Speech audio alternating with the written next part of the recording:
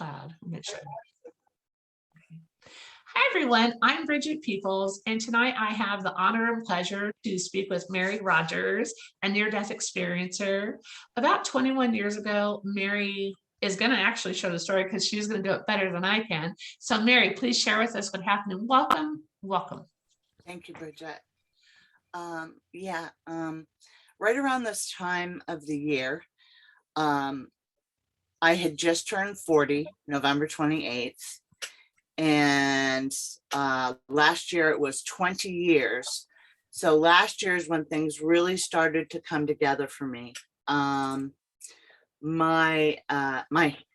had two experiences. I had a heavenly experience and I had a hellish experience, and I've only been out of that experience for 8 months.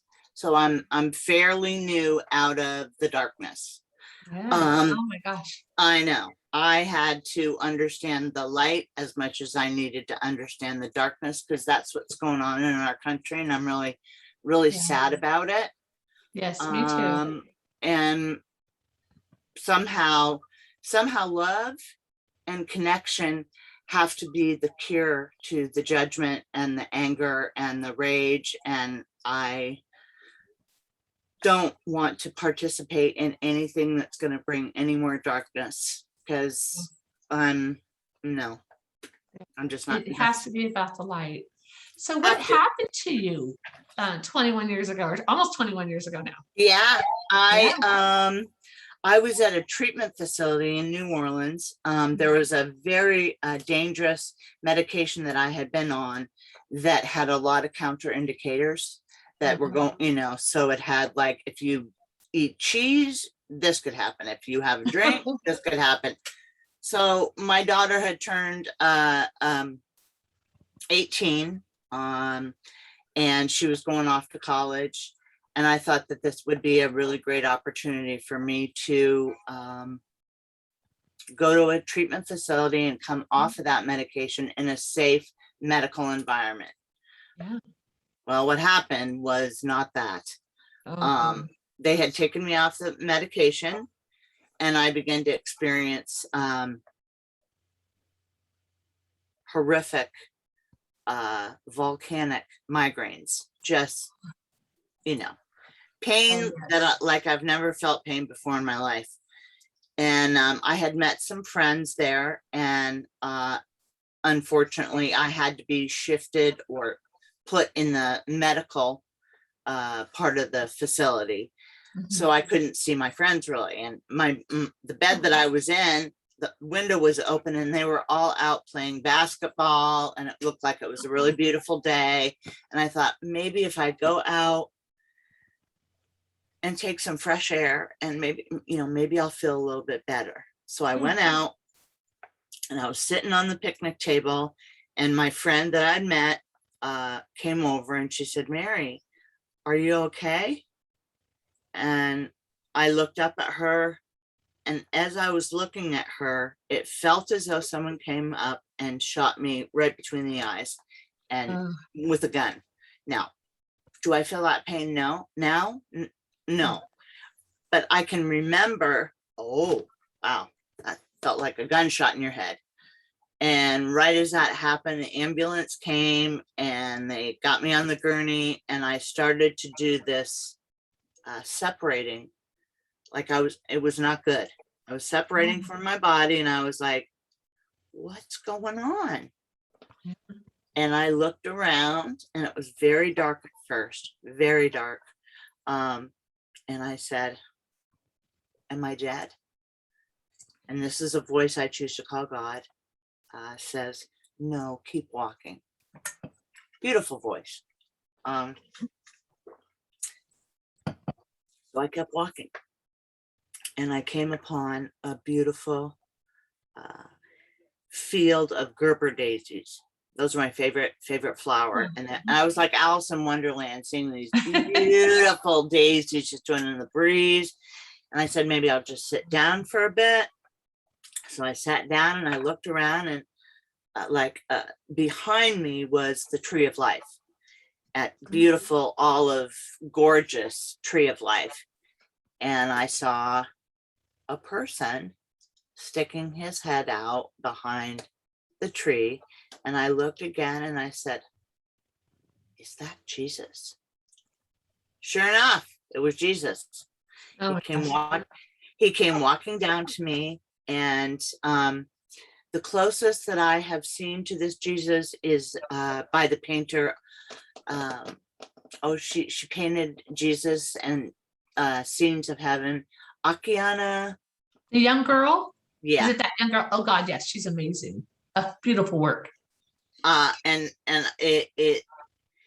it's as close as I can come to the Jesus that I encountered. Wow. And he put his hand out. There was no talking. If anything was going on, it was through the mind, which was really weird. Yeah. So he came down, he extended his hand. I put my hand in his, and I stood up, and he says, we're going to go down to this brook.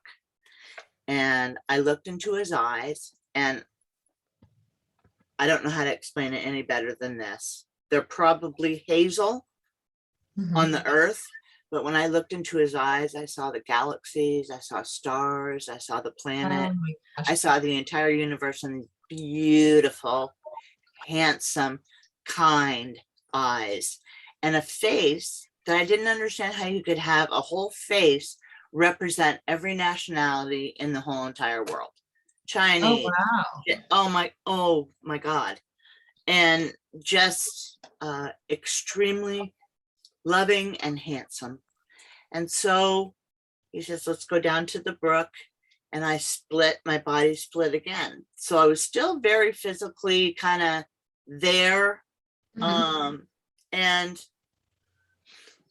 I watched myself walk down to this beautiful brook.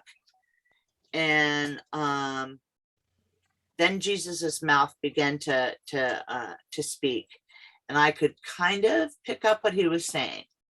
And he was bathing my feet, and it was exquisite. It really, really was. And the only thing I can compare it to on this earth is I went swimming with the manatees, and they are gentle, kind. They are the peace animal of the ocean, and they're just incredible. And I just recently did it, so I was like, there has never been anything that I have been able to find on the earth that would bring me back that kind of a peace, and it was that. And so now I'm a manatee fan. Right. Now I must do this. I want to swim with those peace guys any chance I get. So I'm with you. I put it on the bucket list. Really, you should, because it's unbelievable. And then a little baby came out swimming, and you can't touch, you can't do any of that. But if they approach you, it's okay to like put out your hand. But I got all freaked out because the manatee kind of bumped into me, and I went, oh my God. And I started freaking out. And the guide said, no, you're okay. He approached you, or she approached you. So that was I don't even know how to describe it. It was so beautiful and peaceful, and the closest I've come to feeling like heaven again that I could get. So when I go back down to Florida, I'll be swimming with them again. Absolutely. Oh my gosh. I know I have to do that. Something I've done dolphins in Hawaii a couple years ago, and that was really cool. But the one, of course, I had my hair kind of, when it's wet, it goes right. So I had straight when I got there, and then the dolphin was saying hello to us, and it went all that just, and I was like, okay. So then I'm like, because we have a luau after that, and so I've got the picture when I get there, my hair is straight. The picture of me leaving, I've got curly hair. You do have curly hair? It's pink, it's kind of wavy. So yeah, I got wavy hair. So I have to do something with it. But it was just really funny. And I'm like, before dolphins, after, and so my husband so laughed. Adorable. So where are you right now? I live in Oregon. Okay. So the Northwest, all the way on the other side of the country. Okay. all the way over there. Well, Yeah. I'm glad I was able to get back up for you. I'm so glad too. I was like, I always try to, when people are on the East Coast, that time difference, I'm like, because I work a regular job during the day and hopefully for not too much longer. Because like I said, Spirit's guided me to do this and to reach out with more people. And I love everybody's fascinating stories and just, they're so impactful. And I have so many people that deal with grief. I have a grief group that I work with, and I just need them to feel the light. And if it can come through your story and stories of others, it gives them at least a peace in knowing, in addition to me bringing messages through, of course, but Right. it gives them a little bit more, I think, to hold on to help them through that grief process. Because some people, as you know, will stay there for many, many years and never come out of it. And it's heartbreaking. And they want someone like me to read and give them a message every day. But it's like, but your loved one has something to do on the other side. There's a whole That's other right. life over there. There's a whole other life. Yes. So This is college. this is definitely a school. Absolutely. And so Jesus pulled me close and he said, would you like to stay or go back? Mhm. And I just went, oh, I'll go back. And he said, pulled me in close again. He says, no, you don't understand. Yeah. There's great suffering if you're to return. And I went, I'm bipolar. Suffering, I got this. I got this. So he warned me again. And I still said, I'll go back. I didn't feel this urgency to like get back to where my husband and get back to my daughter, get back to my family. None of those things. It was just sort of a matter of fact. Oh yeah, I'll go back. Yeah. So I didn't have any like, oh, I've got to go, see my grandkids. I've got to do this and that. It was none of that. It was, oh, okay. And now I'm finding that I perhaps came back for this pandemic. I was not warned about this pandemic. This pandemic has been apocalyptic. Yes, it has. The way I'm looking at it. Yes, It's absolutely. and something needs to shift in humanity. And we've got to choose light and love, or we're in deep shit. Absolutely. I completely agree. And another thing that happened during this pandemic is I've been disconnected from this plane, really, and living in another kind of, and it's going to sound crazy, but it feels as though it's a completely different dimension. Like I'm here and everybody else is here. And I have been trying to get back and trying to get back and trying to get back. And finally, just 8 months ago, some of the abuse that I suffered was in the woods. So I disconnected not only from myself, but from Earth, and I didn't get plugged in. I had no idea I had been that disconnected. Wow. I live in a beautiful area in Vermont, and we live in heaven. We've got this beautiful pond right out in front of us, and I go out and have my coffee in the morning. And I was going out, this was, I don't know when, probably late January-ish. I was out and I got a thing about turtles because we have turtles in the pond. So I was out feeding the turtles, and as God is my witness, I looked up and the whole sky like parted right before me, kind of like what Moses did.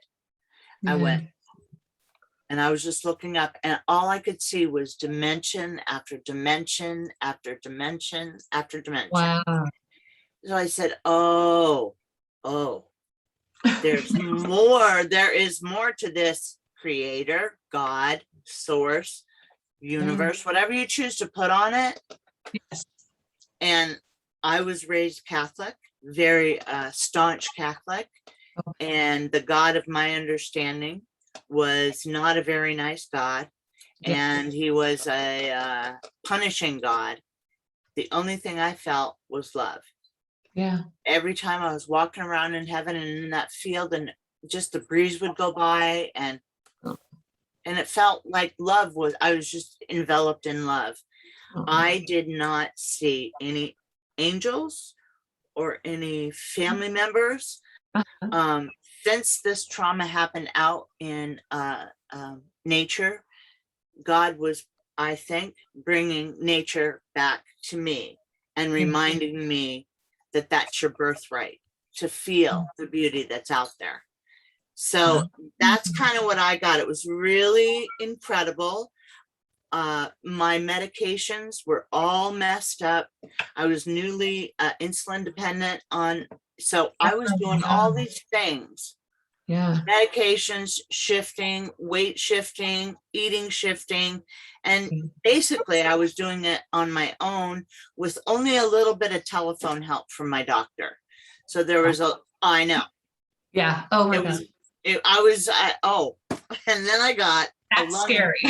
It's very scary. And I got It is scary. I got a lung infection. No. And I had to go to the doctor. And oh boy. It's amazing you decided to come back. I work with the elderly population. So every medical thing you can imagine, from colostomy, ostomy, and to insulin diabetic, type 1, type 2.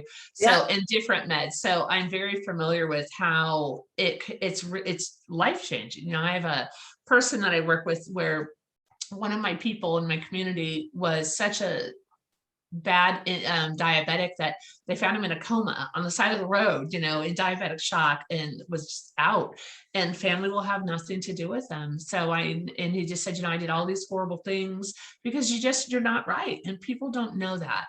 So they don't know that. They don't. I think educating people and sharing the different stories really will help, I hope, bring more light and love to people, to have compassion. Because if there's someone like that man on the ground and you don't know what's wrong with him, clearly he needs help. And some people will just go on by and just judge. And it's like, no, you have to walk a mile in their shoe, or at least 10 feet. You know, at least. Well, I think that the disease that's we're infected with is judgment.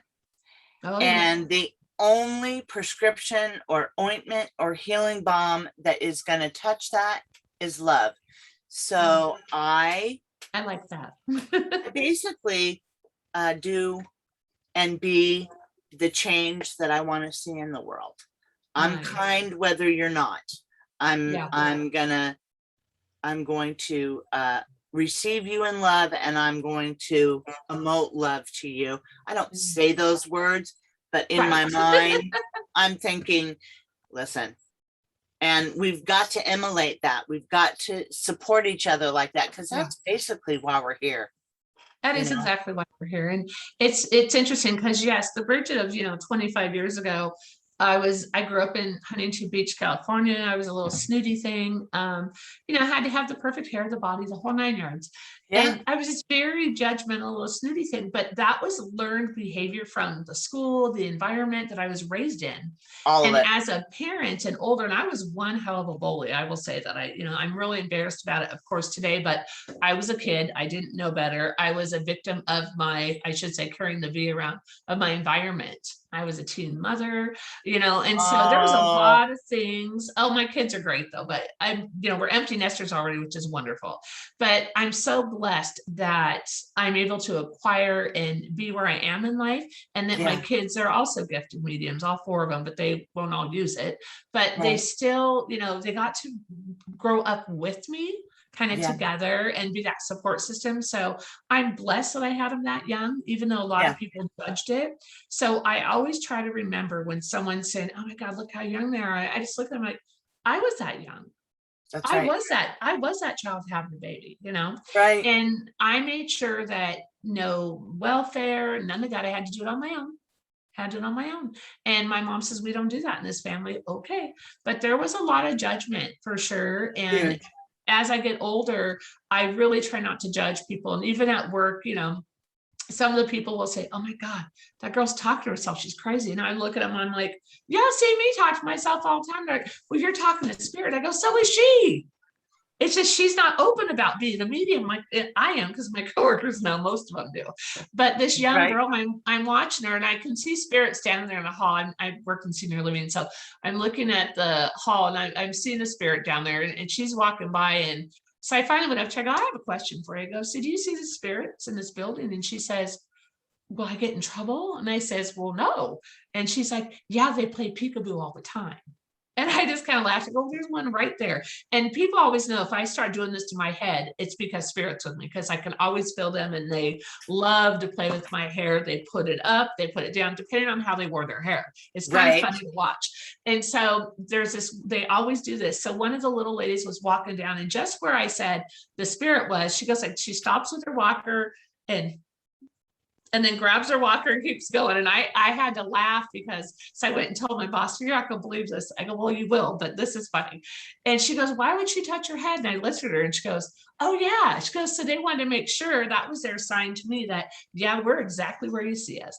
Even though I don't see them in the physical sense, but I see them energetically. Yep. So it's kind of interesting how to describe it. And everything's telepathic. It's just right. annoying. Yeah. Right. And that was the other thing. I had to live in a transitional home. So to get back to how it all went down. Oh, wow. A brain aneurysm. I had 4 of them. There were 3 inoperable on my brain stem, and the other one blew. So I was in and out of a coma in New Orleans for 3.5 months. Goodness. And then I was transported to a nursing home. Yeah. Oh, I'm sorry. Oh boy. Nobody wants to go to a nursing home. I'm just saying. Not 20 years ago. No. Today they're bad enough, but 20 years ago was far worse. It was bad. Yeah. And, my friend from the treatment facility came to visit me at this nursing home, and I couldn't walk or talk. My right side was paralyzed, but somehow I was able to communicate. You have to get me out of here. You have to get me out of here. And right before she had come that day, I had an experience with an orderly. I'd been in diapers, and I was thinking to myself, God, I just want to use the bathroom in the right way. And so I kept ringing the bell. Nobody's coming. So I thought, all right, well, I shimmied up my crib. I was like in a big crib, and I shimmied over it. And my right side was something I would do.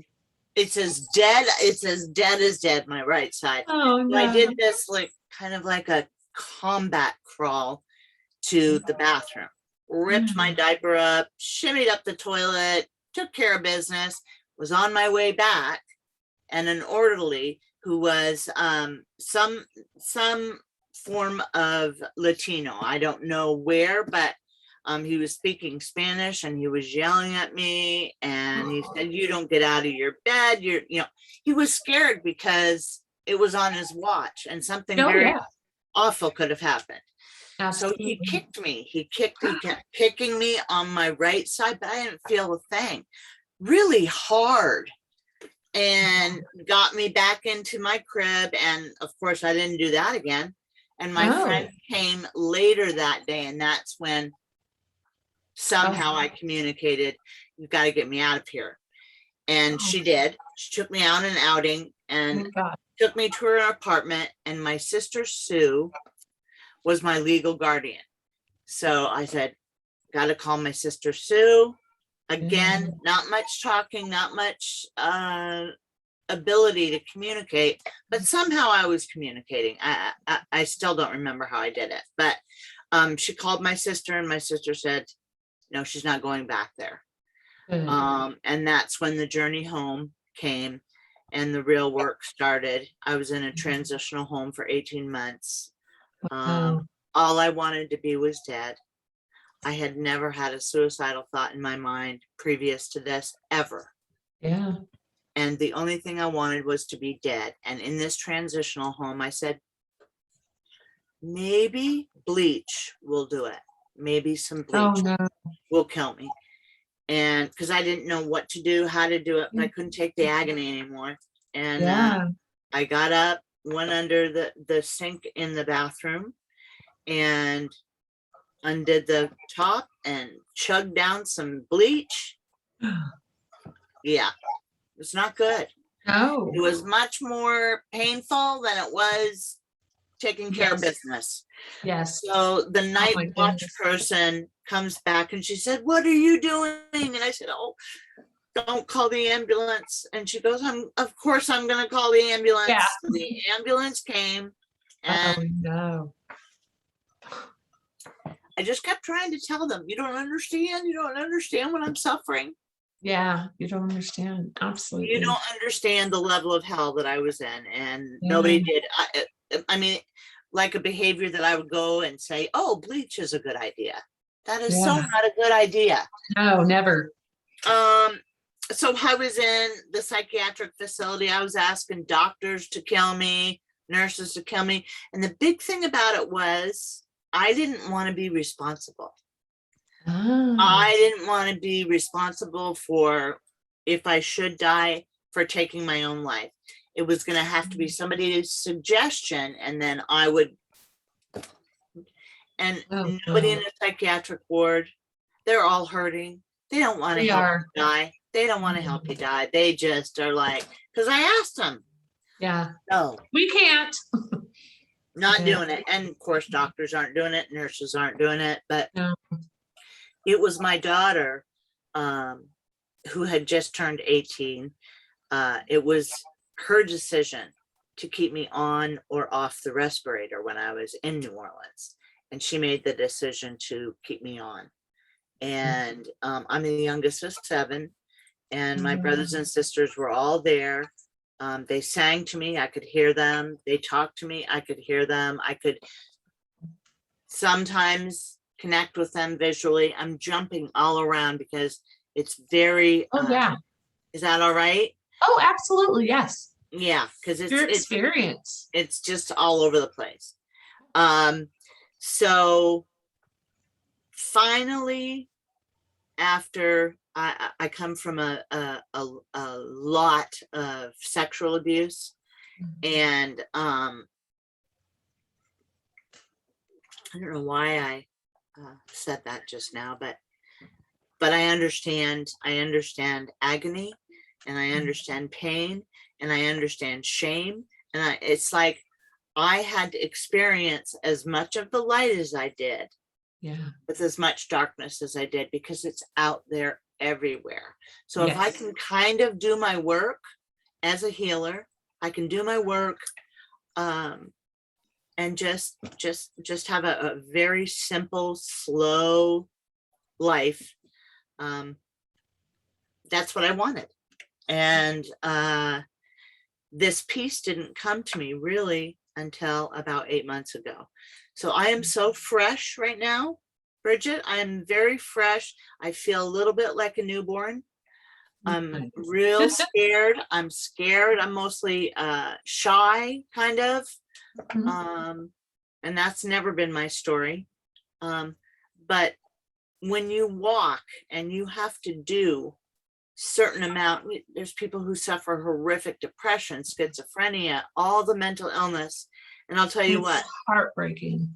it's heartbreaking. And Yeah. I spent 3 months in this psychiatric ward, and I was connecting. I call them lost souls. They couldn't reach me and I couldn't reach them, but they were all circling the floor that I was on, kind of like The Walking Dead. Yeah. They have no idea. And I hear spirit, God, source say, pray them to the light. Yeah. That's all you can do, is pray them to the light. And I said, okay. So that's what I did. And I have to keep doing it all the time because it's just the way it is. Absolutely.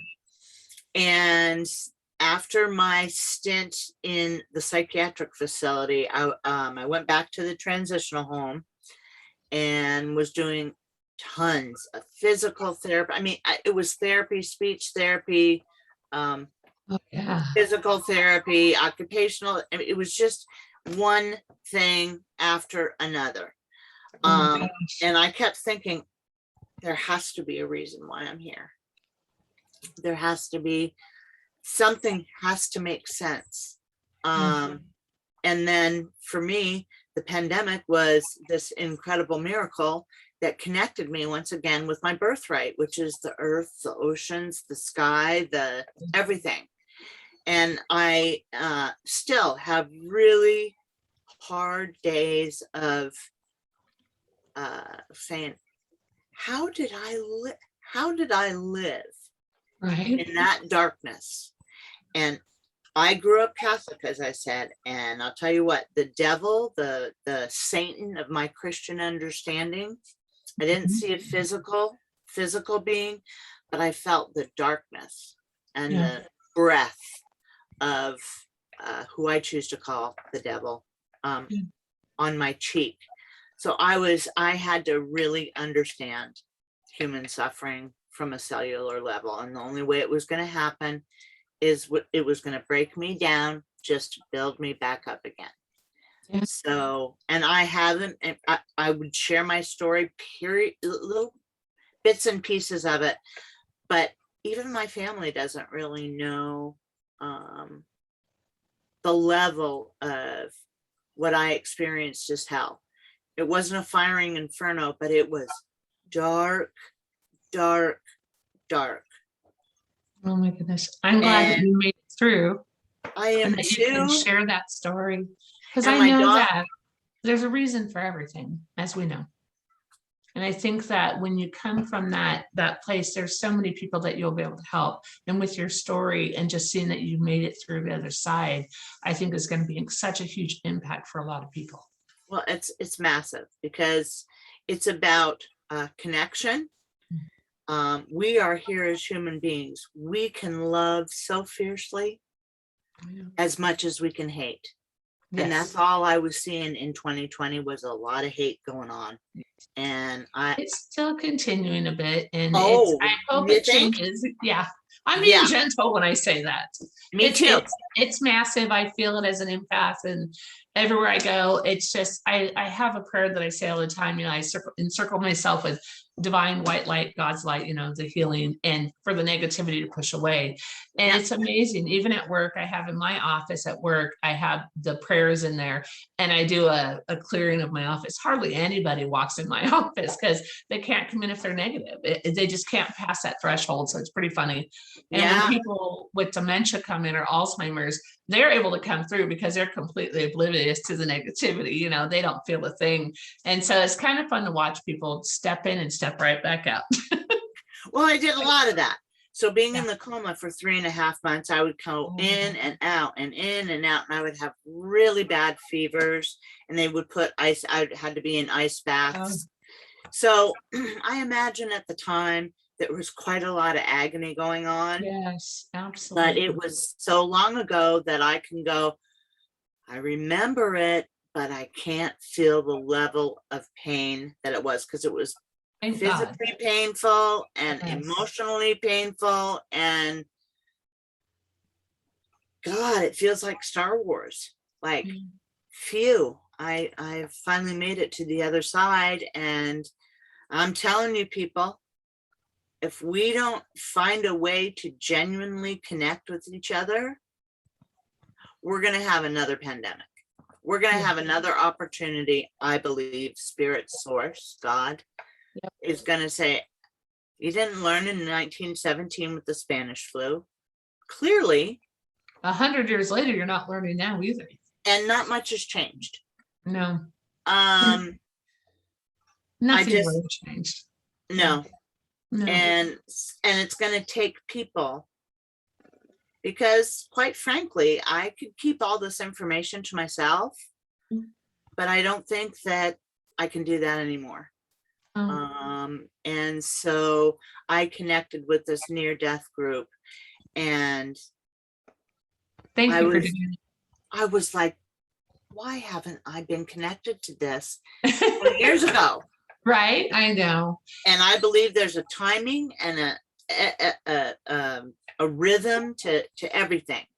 Yes. And it seems more appropriate to talk about it now, and get the information out there now. I didn't see any future events. I probably wouldn't have come back if I would have known it was going to be this horrific. I think the fear that different powers that be in this country, or their, the evil in the country or whatever, the isolation has been one of the biggest killers, I think, because I do work with seniors. I work with the elderly population, and with the vaccinations and stuff, I've seen a lot of people die within 30 days of vaccines. They don't report any of that. So there's a lot of things that are not getting reported, and a lot of people are really suffering. The isolation is one of the biggest things that is killing people. And they're literally going crazy and losing their mind. They feel like they're in their own prison, and they say, well, we're protecting you. I don't think so. It doesn't feel that way, because I work in it. I've had for 10 years. So I see the impact, and we try a lot of the places where I worked before, when the pandemic broke out last year. The first 7 deaths in the state of Oregon were in my building. I was one-on-one without any PPE. I washed my hands all day long. I drank hot liquids, and I never once got it. And those 7 people passed. There was 17 out of 120. They were all in their mid to late 90s with horrific underlying medical conditions. And even 2 were on hospice. So I am watching people. Yes, COVID is real, but it is curable. People will survive it, but some people won't. I believe it's in their birth plan. It's in their birth plan. They came here with their, whatever that karmic agreement was from God, I believe. Okay, you guys are going to pass up COVID. You're going to get sick or pass from the vaccine. You're going to pass from this. You're going to survive that, the isolation, whatever these things are. There's so many different things. And then those that are going to heal from it are going to also be able to say, okay, this is what I experienced, So we all as a collective come together, I think, to fill in those pieces of the puzzle. Right. On the different platforms. And so when people go, oh my God, I lost this person, of course, as a medium. So Bridget, the medium, will be like, what was their time? That's how they were meant to pass. I know people bump their toe and die. Someone gets in a horrific accident and they walk away, without a scratch. I know that it really is the divinity of what their plan was.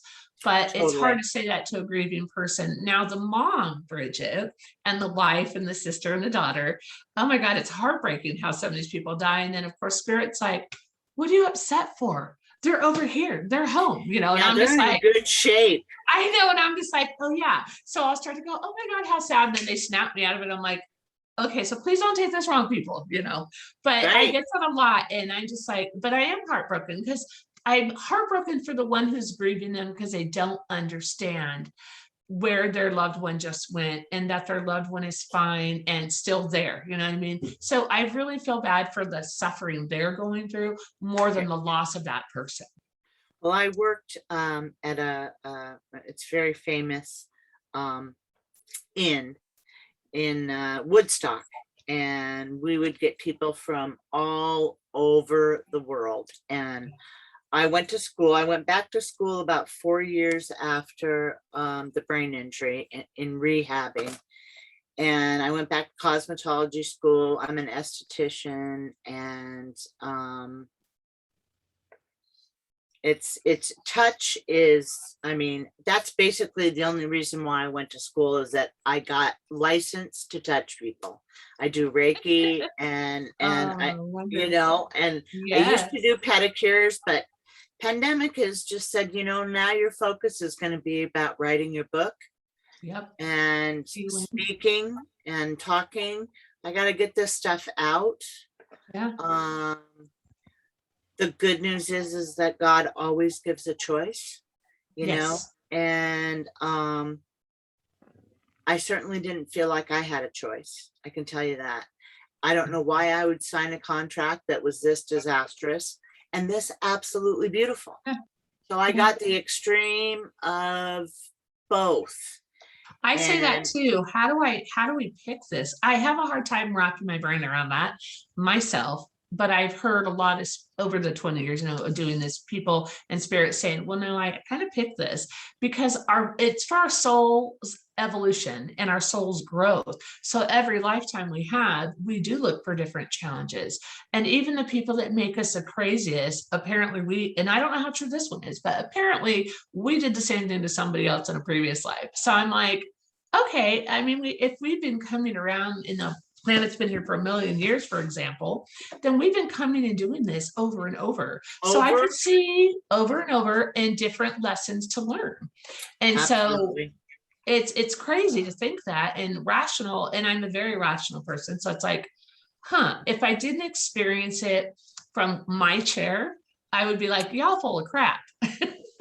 And that's just it. So in that last 8 months, you've had sort of a rebirth. Are you now seeing spirit again? And I am.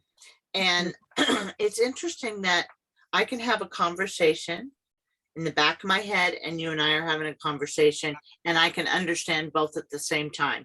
It's kind of tricky, but I can hear both at the same time, and it's all coming back. And it is a gift. I will say that. It is. It is. It is. And it's just getting stronger and stronger. And I feel as though God is opening this avenue. Like, Mary, there is a reason why the suffering happened. Yes. There is a reason why you're back. I don't know exactly where it's going to go, but I just know it's my job to talk about it. Yes. And I don't know if you know what the Akasic Library is. Huh? Okay.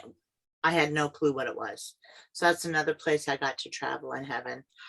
Ooh, gorgeous, massive, kind of like a White House with pillars. And I was like, and just awe-striking, just beautiful.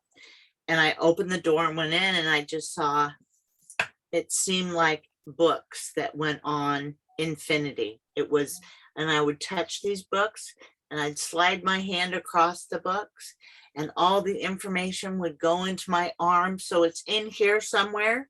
Many of the mysteries of life is in this body. I just don't know how to get it out yet.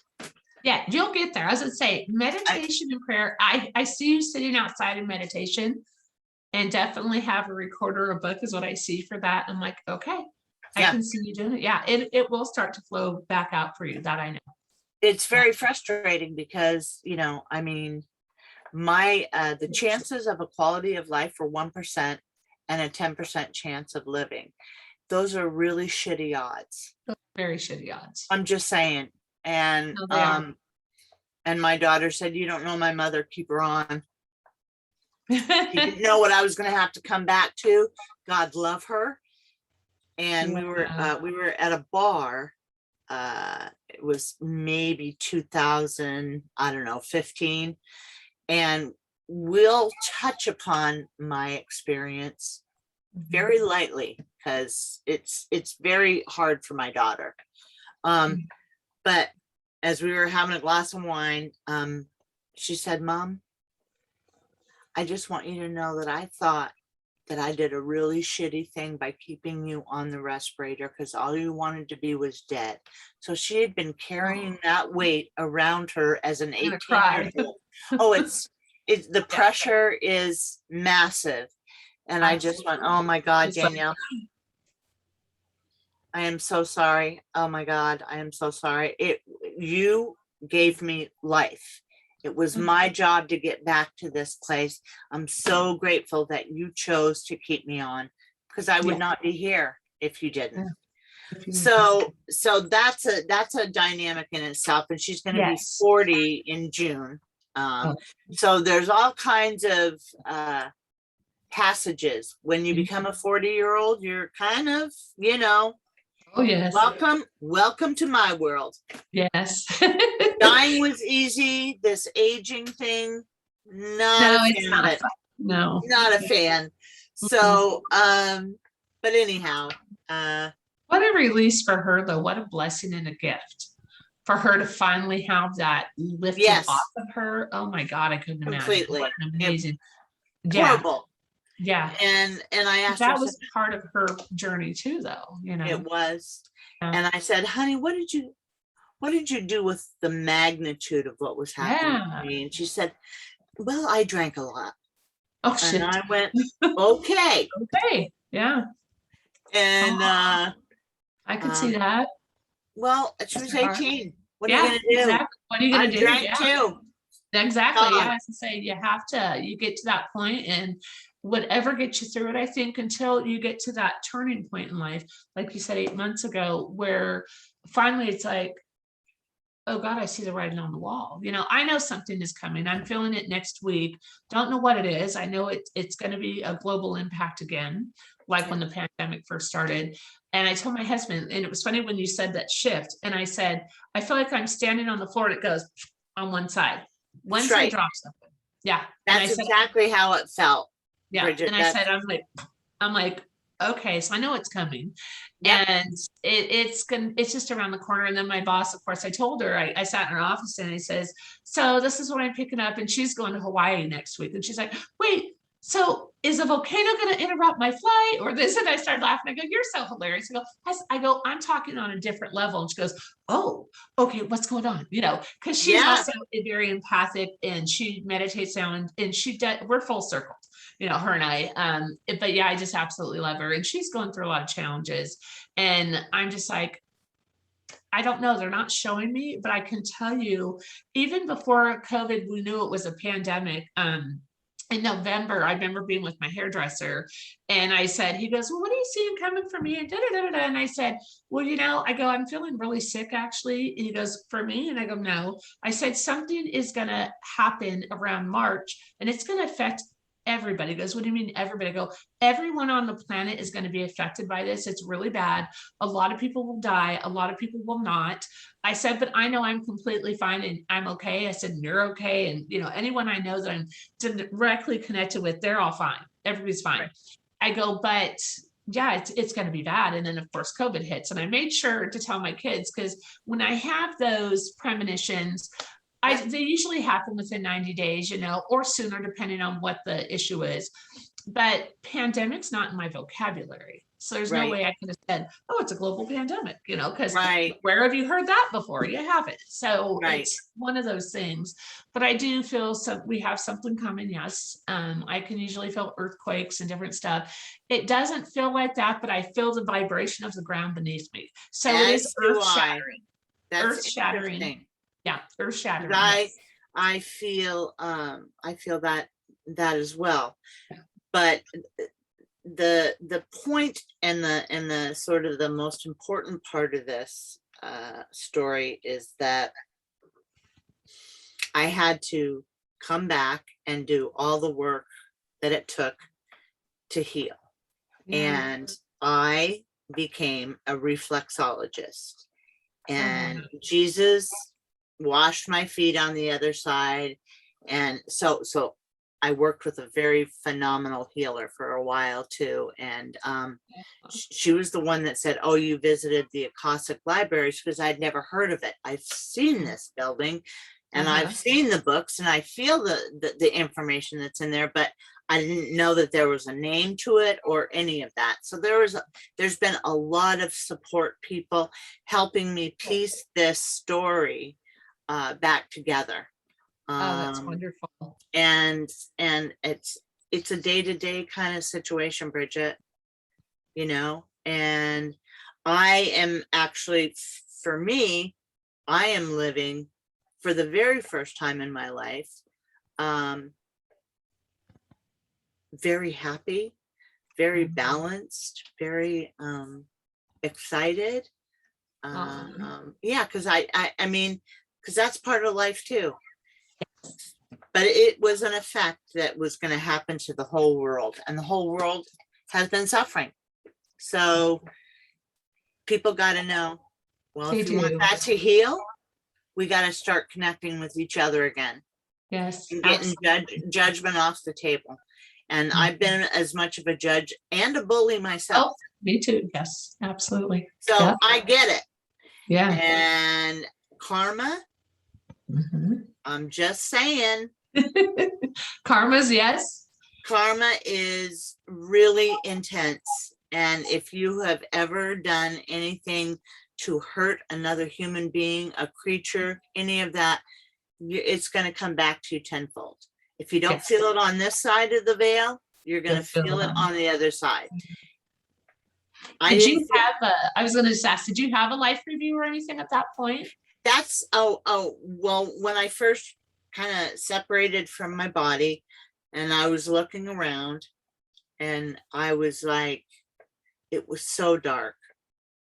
And to hear God tell me to just, I kept walking. I kept walking in all sorts of beautiful nature Geographic Channel. Have you ever seen it? Oh, the National Geographic. Yes. Just double it, triple it, quadruple it. The Wow. beauty that is here for all of us to be able to participate in. But those other dimensions, I don't know, people. I don't know about those other dimensions. I personally want to learn the lesson. So I'm slowing down and I am only going to emote kindness and compassion. And I understand violence and anger and rage exists, but we have to hold a mirror up and just go, no, it's not about that. It's you have a big job to do. I didn't know that. Yeah. It's been really heavy, Bridget, actually. Been very heavy. And I'm putting words to paper now. And my husband's going to help me like build a spine for this book, because I had to lose my faith to gain my faith, and I had to gain my faith to lose my, it's numbers. I saw fractions, mathematical fractions that you wouldn't believe, and I understood everything about the universe, every single thing. And come back on the third time, I was catapulted from where I was in heaven, zoomed again through all the galaxies and the stars, and I slammed back into a very lifeless body. And I went, oh shit, in my head. I said, can I please come back? And the voice of God says, you have made your choice. Major choice. And that's the interesting thing. I've met with and talked with other NDEers and out-of-body experiences and stuff. And some of them say, I didn't get a choice. They said, it's not your time, you're going back. And others have said they got a choice, the free will choice to decide to come back. And it's just really interesting because everyone, and I believe it depends on where your soul journey is, on if you get the option to stay, if it's your time. And at some point, that contract is done. My father, like you, when I was 9 months old, my dad had a stroke. He was in Vietnam. And his second stroke, they did brain surgery. He had to learn to walk and talk all over again. My mom spoke no English and had 3 little babies. I was 9 months, my brother 1.5 years, my sister. We're only 2 years and 3 days apart. There's one in the middle, What's your heritage? German. Me too. I'm Irish and German. Yep, Irish and German. And my dad had these strokes. So I grew up with brain injury.